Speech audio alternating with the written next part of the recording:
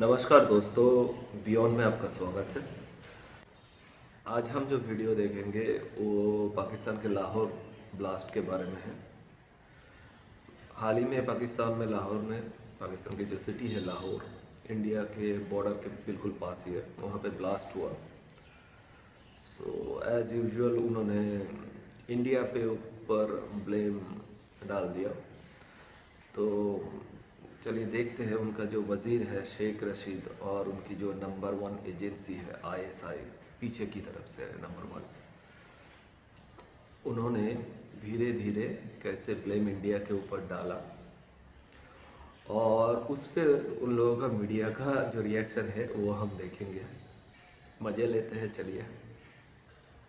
आपको पता है कि लाहौर के इलाके में जौहर टाउन के बाद ये पान बाजार का जो इलाका है, मैं अभी कुछ कहूंगा तो शाम को इंडिया टीवी मेरे खिलाफ, आपको पता है उसको तो शेख रशीद के अलावा कोई वजीर ही नजर नहीं आता। या इमरान खान इंडिया को नजर आता है या शेख रशीद नजर आता है।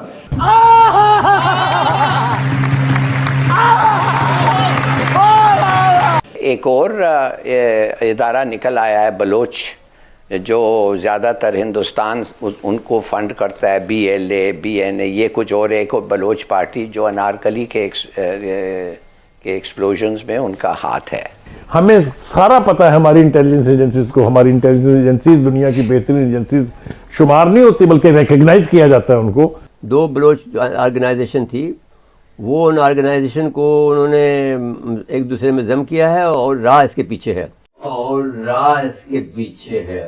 आपने सबसे पहले घबराना नहीं है। शाह महमूद कुरैशी जो वजीर क्या हैं खारजा हैं हमारे मुल्क के, वजीर खारजा हैं, वो कहते हैं कि लाहौर धमाके के जिम्मेदारों को भारत की माली मदद हासिल थी।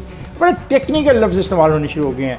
मदद हासिल थी, फिर मदद हासिल होने के साथ माली मदद हासिल थी, तावन था, मुकामी तावन था, ये चीज़ें। लेकिन बड़े मज़े की बात है, जिस आदमी की जिम्मेदारी है उस हुकूमत के अंदर, उस कैबिनेट के अंदर, उसका नाम शेख रशीद अहमद है।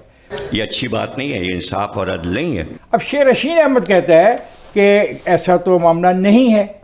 अब मैं किसकी मानूं किसकी ना मानूं, मेरी तो समझ में ये बात नहीं आती। तो इस सूरत हाल के पेश नज़र क्या ये समझा जाए कि जनाब अब खुदा न खास्ता दोबारा से मुल्क में बेअमनी हो सकती है? वज़ीर दाखिला शेख रशीद अहमद कहते हैं कि TTP की तमाम शराइत कबूल नहीं की जा सकती, उन्हें पाकिस्तानी आइन को तस्लीम करना होगा। तो इससे क्या ये मतलब लिया जाए कि अब TTP से बिल्कुल मुज़ाकरात ख़त्म हो चुके हैं, जंग है, ऐलान जंग है दोनों जानिब से?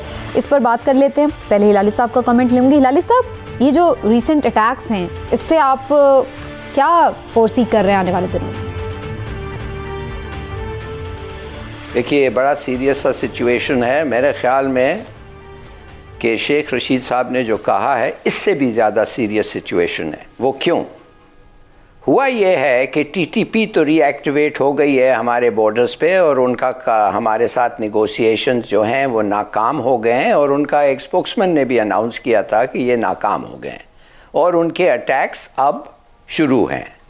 दूसरी बात यह है, एक और इदारा निकल आया है बलोच, जो ज़्यादातर हिंदुस्तान उनको फंड करता है, BLA BNA, ये कुछ और एक बलोच पार्टी जो अनारकली के एक्सप्लोजन्स में उनका हाथ है।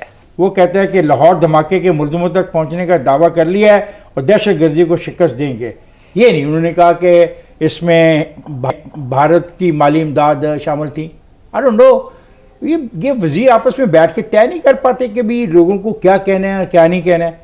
और ये आगे इसी स्पीच में अभी कि कालदम तहरीक तालिबान से बात नहीं हो सकती, हम उनकी शराइत को कबूल नहीं कर सकते, हमारे उनके दरमियान डायलॉग ख़त्म हो गया है।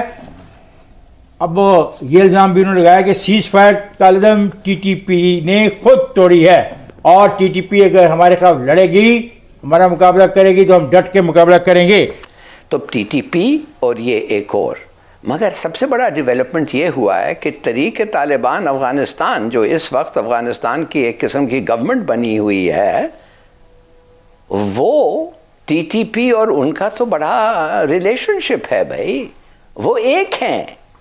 TTP ने बैठ ली है TTA को, तो अगर वो प्रोटेक्शन और उनको हेवन दे रहे हैं और इस तरफ से एक और इदारा हिंदुस्तान के इसके सपोर्ट से निकल आया है और ये फैल गए हैं और खुला फैल गए हैं। और 1,04,000 रेफ्यूजीज जो मैंने कहा था कि हम एक्सेप्ट करें, उनमें से खुदा जाने कितने क्या हैं, अगर वो भी आने लग गए हैं, जिनके बारे में इंसिडेंटली गवर्नमेंट ने हमें बताया नहीं है और आज तक वो कमेंट नहीं निकली है, तो फिर समीना सिचुएशन तो ऐसा होगा कि हमें स्पेशल इमरजेंसी रेगुलेशंस लाने पड़ेंगे। शायद स्पेशल इमरजेंसी लॉ पड़ेगा जिसमें ह्यूमन राइट्स को सस्पेंड करके लोगों के खिलाफ लगे। देखिए, गुजारिश ये है कि ये टीटीपी के हवाले से जो गुफ्तगू शेख रशीद ने की है, इसके ऊपर हम भी अपने प्रोग्राम में, खासतौर से पीजे जावेद आप भी बात करते रहे हैं, तो इसमें तो कोई शुबा नहीं है कि जब से उन्होंने सीज फायर ख़त्म करने का ऐलान किया है, पाकिस्तान में इस तरह की दहशतगर्दी के वाक़यात में बहुत वाज़े तौर पर इजाफा हुआ है। 13 ऑपरेशंस अब तक हो चुके हैं, जिनमें से 11 कोयटा में हुए हैं और जाने कितनी गई हैं आपके सामने हैं। 3 जो हैं वो केपीके में हुए हैं और 1 इस्लामाबाद और 1 लाहौर ऐड कर ले तो तादाद 15 बन जाती है। हमें सारा पता है, हमारी इंटेलिजेंस एजेंसीज को, हमारी इंटेलिजेंस एजेंसीज दुनिया की बेहतरीन एजेंसीज शुमार नहीं होती बल्कि रिकग्नाइज किया जाता है उनको, तो ये बात उनसे पोशीदा नहीं है कि ये वारदात कहाँ से हो रही है। लिहाजा हमें इधर उधर भटकने की जरूरत नहीं है। इंडिया के ऊपर हम ये ढका छुपा इल्जाम के जिन्होंने माली मुआवनत क्या होती है? टेररिस्ट एक्टिविटीज को तो स्पॉन्सर किया जाता है बाई ऑल एस्पेक्ट, असला भी देते हैं, पैसे भी देते हैं, फैसिलिटेट भी करते हैं एंड वगैरह वगैरह।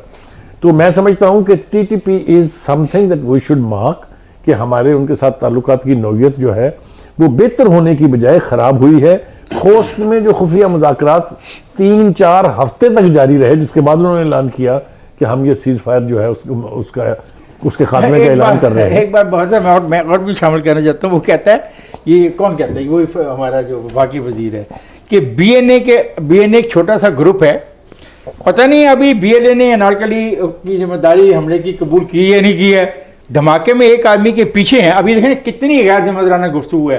धमाके में एक आदमी के पीछे हैं, क्या बात है यार, क्या सीक्रेसी है, क्या सीक्रेसी मेंटेन कर रहे हो। अगर ये सवाल कोई साफी पूछ ले तो उसको जवाब मिलता है, no we can't answer this question, यहाँ पे मुल्क की वो क्या सीक्रेट मामला हैं फरमा रहे हैं, वजीर साहब फरमा रहे हैं धमाके में एक आदमी के पीछे हैं। अभी कुछ नहीं कहना चाहता वरना शाम को भारतीय मीडिया मेरे पीछे पड़ जाएगा। दहशतगर्द के कदमों की चाप के पीछे पीछे चल रहे हैं। जी देखें, सबसे पहले तो आपने बात इन लोगों से क्यों शुरू की? ये कौन लोग हैं? क्या ये मुल्क है? क्या ये कोई ऐसी इंस्टीट्यूशन है जिसके Why have we granted them recognition? They are the most powerful. They are the most powerful. No, sir. They are not the country. They are the most powerful. They are just identity. You do not talk to terrorists. They are most powerful people in this area. एक रियासत जो है उनसे बात करने पे मजबूर है। They are most powerful people. Sir यहाँ एक second, They are the big cartel. Full stop लगाएं यहाँ। आपने सही कहा, मजबूर है। ओके, क्यों है मजबूर?